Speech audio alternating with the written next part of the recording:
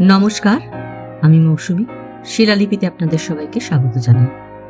গল্প পাঠ ভালো লাগলে শেষে একটা লাইক দিয়ে যেতে ভুলবেন না। এখনো যারা আমার চ্যানেলটা সাবস্ক্রাইব করেননি তাদের সকলের কাছে আমার অনুরোধ, প্লিজ আমার চ্যানেলটা সাবস্ক্রাইব করে নেবেন। পাশে যে বেল নোটিফিকেশনটা আছে সেটা অবশ্যই প্রেস করে দেবেন।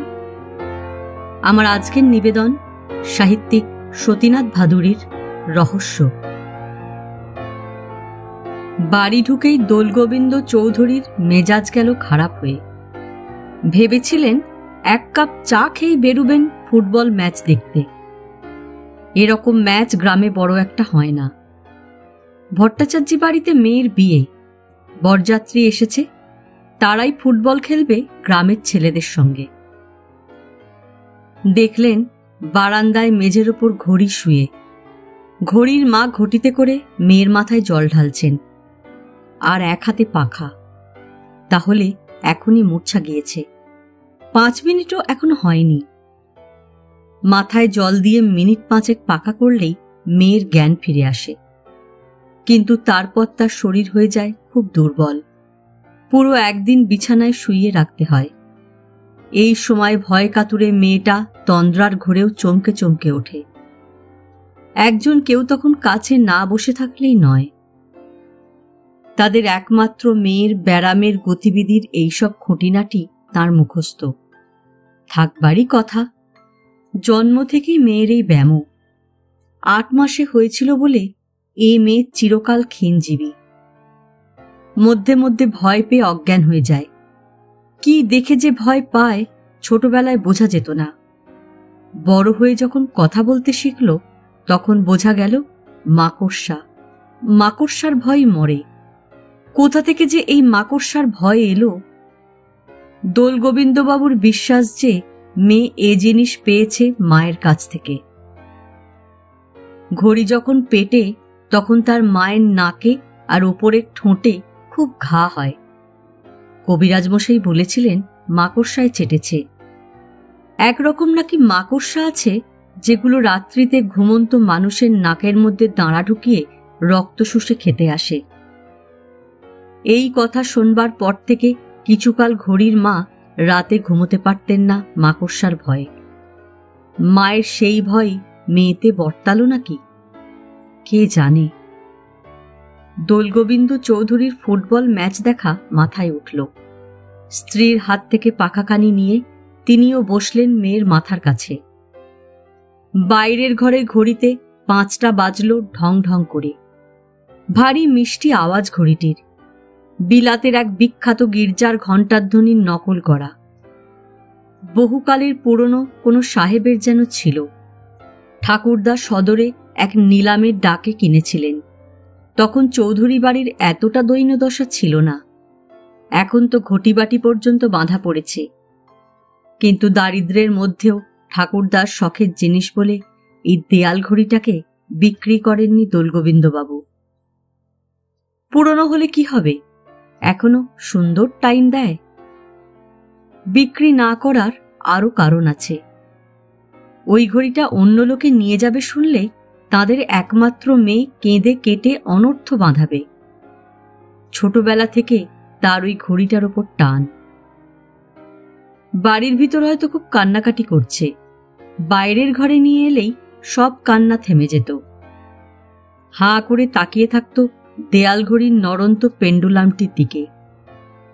হাঁটতে শিখবার পর তো কথাই নাই। ফাঁক পেলেই চলে আসত বৈঠকখানায়। এসেই ঘড়ি দেখবার আনন্দে হেসে একেবারে কুটিপাটি। তখনও মেয়ের নাম ঘড়ি হয়নি। কথা বলতে শিখবার পর সে বলতো যে ঘড়িটা তাকে খুব ভালোবাসে। পোষা ঘড়ি, তাই সে কাছে গেলেই আহ্লাদে জোরে জোরে শব্দ করে। আরও কত মজার মজার কথা বলতো ঘড়িটার সম্বন্ধে তার ঠিক নেই। মেয়ের হাতের মুঠো খুলেছে। মা বাবা বুঝলেন যে এতক্ষণে মেয়ের জ্ঞান ফিরে এলো। ও ঘড়িমা, ভয় কি? এই তো আমরা রয়েছি, চোখ খোল। ঘড়ি চোখ খুলল। মুখ এখনো ভয় ফ্যাকাশে হয়ে রয়েছে। মা বাবার এসব গা শোয়া হয়ে গিয়েছে আজকাল। মেয়েটা সকাল থেকে বিয়ে বাড়ি যাবার জন্য নাচানাচি করছিল, আর যাওয়া হলো না। আজকের দিনটাও এই বিদঘুটে রোগ মেয়েটাকে রেহাই দিল না। দুঃখের কথা বই কি। এ গল্প সে গল্প করে মেয়ের মন ভুলিয়ে রাখবার চেষ্টা করেন বাবা। ওদিকে স্কুলের মাঠে ফুটবল ম্যাচ আরম্ভ হবার কিছুক্ষণ পরেই রেফারির খেয়াল হয় যে তাঁর রিস্ট ওয়াচটি বন্ধ হয়ে গিয়েছে। তখন দরকার পড়ল আর একটি ঘড়ির। খোঁজ খোঁজ, দেখা গেল দর্শকদের কারোর কাছে হাত ঘড়ি নেই। রেফারি নিজেও বরযাত্রী দলের লোক। বরযাত্রীদের মধ্যে যারা খেলতে এসেছে তারা ঘড়ি আনেননি মাঠে। শেষ পর্যন্ত স্কুল বোর্ডিং থেকে আনা অ্যালার্মওয়ালা একটি টেবিল ঘড়ি হাতে নিয়ে রেফারি কাজ চালিয়ে নিলেন। সেই সময় বরযাত্রীদের ঠাট্টার উত্তরে গ্রামের কে একজন যেন উত্তর দিয়েছিল, ঘড়ির দরকার কি মশাই এ গ্রামে? এখানকার মেয়েরা পর্যন্ত বিনা ঘড়িতে কাঁটায় কাঁটায় ঠিক কটা বেজেছে বলে দিতে পারে। এই কথার থেকেই ব্যাপারটি আরম্ভ। রেফারি ছিলেন একজন সাংবাদিক। শুনেই তাঁর কান খাড়া হয়ে উঠেছিল। খেলা শেষ হলে তিনি নিজে থেকে কথাটা পেরে বুঝতে চেষ্টা করেছিলেন তার মধ্যে কতটুকু সত্য আছে। তারপর ঘড়ি নামে সেই মেয়েটিকে দেখতে গিয়েছিলেন। কৌতূহল চাপতে পারেননি। অসুস্থ শরীরের উপরও মেয়েটি ঠিক ঠিক সময় বলে দিয়ে সেদিন তার কৌতূহল পূরণ করেছিল। দোলগোবিন্দবাবু খুব কথা বলতে ভালোবাসেন। রেফারি শুধু তাকে জিজ্ঞাসা করেছিলেন, এর নাম ঘড়ি রেখেছিলেন কবে থেকে? উত্তরে দোলগোবিন্দবাবু একেবারে বিরাট পর্ব শুনিয়ে ছেড়েছিলেন। তখন ও মেয়ে কত ছোট। ওর মা একদিন আমাকে জিজ্ঞাসা করে, দেখো তো কটা বাজলো বাইরের ঘড়িতে। মেয়ে খেলা করছিল ভাঁড়ার ঘরের বারান্দায়। সেখান থেকে সেই জবাব দিল, একটা কাঁটা একেবারে উপরে আর একটা একেবারে নিচে। আমরা অবাক। সত্যি বাইরের ঘরের ঘড়িতে ঢং ঢং করে 6টা বাজতে শোনা গেল। তখনও মেয়ে ঘড়ি দেখতে জানে না। সেই থেকে ওর মা ওকে ঘড়ি বলে ডাকতে আরম্ভ করে। ঘড়িমার আমার সব ভালো, শুধু শরীরটা চিরকাল ওই একই রকম থেকে গেল। আমাদের এই একটিমাত্র সন্তান, তারও এই স্বাস্থ্য। ভেবেছিলাম বড় হয়ে সেরে যাবে, কই আর সারল। 10 বছর পূর্ণ হয়ে যাবে তার আসছে মাসে। রেফারি সাহেব পরদিন সকালে আবার এসে মেয়েটির ফটো তুলে নিয়ে গেলেন। দিন কয়েক পরেই শ্রীমতী ঘড়ির ফটো ও তার অলৌকিক ক্ষমতার কথা খবরের কাগজে বার হল। বিবরণ বিস্তৃত। গ্রামের লোকে এতকাল ঘড়ির এই দৈব ক্ষমতায় বিশেষ আমল দেয়নি।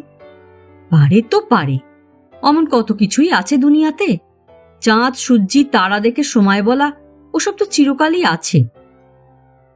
কিন্তু খবরের কাগজে তাদের গ্রামের নাম এত বড় বড় অক্ষরে বার হবার পর আর ব্যাপারটাকে কিছু নয় বলে উড়িয়ে দেওয়া চলে না।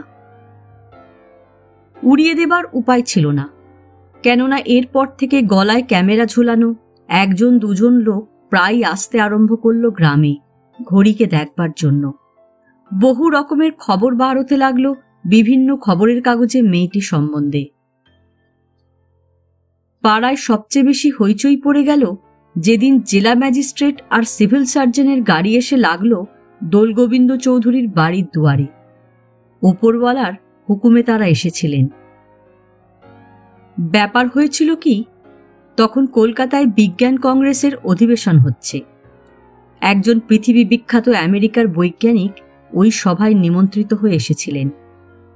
তিনি মানুষের দুর্বোধ্য অলৌকিক ক্ষমতাগুলো নিয়ে ইদানিং গবেষণায় মেতেছিলেন।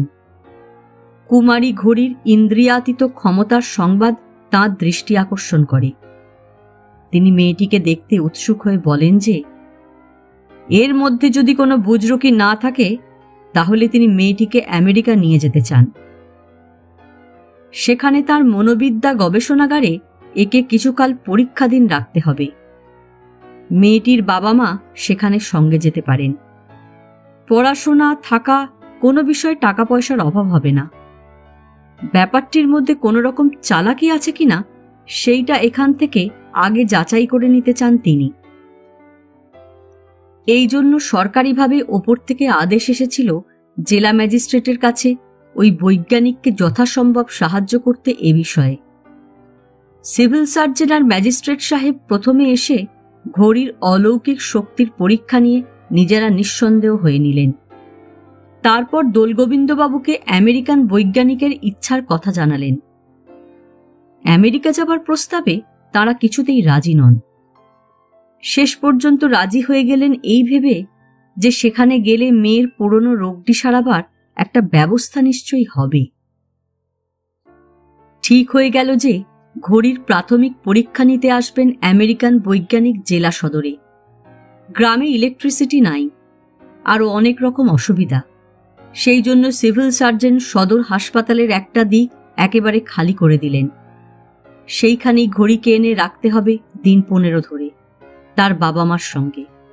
পুলিশ পাহারা থাকবে চারিদিকে।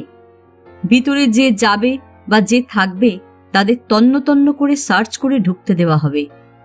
কালো পর্দা টাঙিয়ে ঘর দুয়ার একেবারে অন্ধকার করে দেওয়া হলো, যাতে রোদ্দুর বা ছায়া দেখে বেলার আন্দাজ না পাওয়া যায়। পিচকারি দিয়ে মাকড়সা মারবার ওষুধ ছিটানো হলো, যাতে মেয়েটি ভয় না পায়। বাইরে থেকে পাখির ডাকের আওয়াজটি পর্যন্ত যাতে না পৌঁছয় তার ব্যবস্থা করা হলো। সব দিকে বৈজ্ঞানিকের সজাগ দৃষ্টি। কোনো রকম ফাঁকি সুযোগ যাতে না থাকতে পারে পরীক্ষায়। আমেরিকার ব্যাপার সারা পৃথিবীর কাগজে প্রচার হয়ে গেল এ পরীক্ষার কথা। দিন কয়েক আগে থেকেই এসে এই শহরের ড্যারাগান্ডা গাড়লেন বহু কাগজের প্রতিনিধি আর হুজুগের লোকের দল। সাধারণ লোকে এরই মধ্যে ঘড়িমা বলে ডাকা আরম্ভ করেছে মেয়েটিকে। পুলিশ পাহারা ঠেলে এসে প্রণাম করতে চায়। যে গ্রামটির নাম মেয়েটির দৌলতে পৃথিবীর মানচিত্রে লেখা হয়ে যাচ্ছে, সেখানকার লোকেদের আজ গর্বের অন্ত নেই।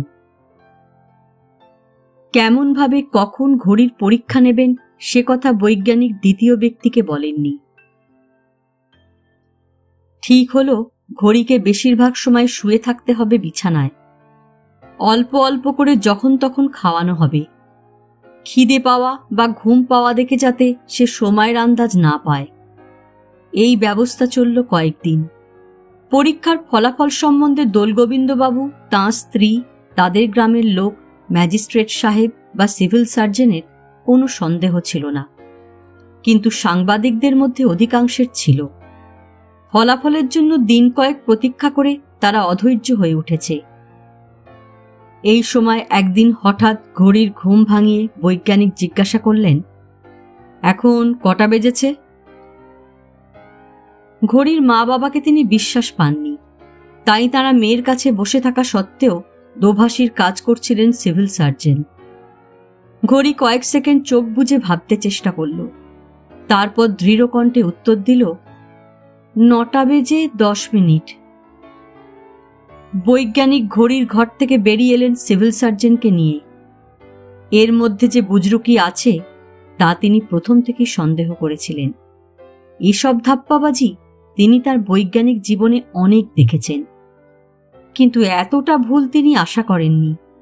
রাত 1:30টার সময় বলছে 9:30। কিন্তু বৈজ্ঞানিকের কি এত তাড়াতাড়ি মত স্থির করে নেওয়া উচিত? তিনি আর একটা সুযোগ দেবেন মেয়েটিকে। ঘড়ি কিন্তু বুঝতে পারেনি যে সে ভুল বলেছে, তার মা বাবাও না। সে মিনিট 15 পর আবার ঘুমিয়ে পড়ল। ঘণ্টা 3 পর আবার বৈজ্ঞানিক সিভিল সার্জনকে সঙ্গে করে এসে ঘড়ির ঘুম ভাঙালেন। সময় জিজ্ঞাসা করায় ঘড়ি চোখ বুজে একটু ভাবতে চেষ্টা করে। মা বাবা এক দৃষ্টে মেয়ের মুখের দিকে তাকিয়ে। কিন্তু এ কি, মেয়ের কপালে রেখা পড়ল কেন? স্পষ্ট বোঝা যাচ্ছে যে সে খুব ভাবছে। এত তো তাকে ভাবতে হয় না কখনো। দুশ্চিন্তার রেখা ওগুলো। সাহেব মনে মনে হাসছেন এতটুকু মেয়ের এই নাটকে ভান করা দেখে। এতক্ষণে ঘড়ি চোখ খুলেছে।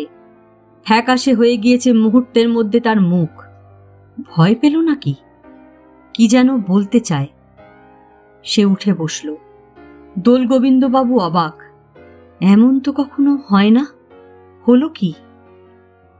ভয় পেয়েছে কিনা জিজ্ঞাসা করতে চান মেয়ের মা, কিন্তু স্বামীর কটমট চাউনি দেখে থেমে গেলেন। সাহেবের যে হুকুম, কেউ কথা বলা দূরে থাক, আঙুল পর্যন্ত নাড়াতে পারবে না মেয়ে উত্তর দেওয়ার আগে। মা বাবার উপরই সাহেবটির সন্দেহ বেশি। পর্দার আড়ালে লোক মোতায়েন আছে তাঁদের উপর নজর রাখবার জন্য।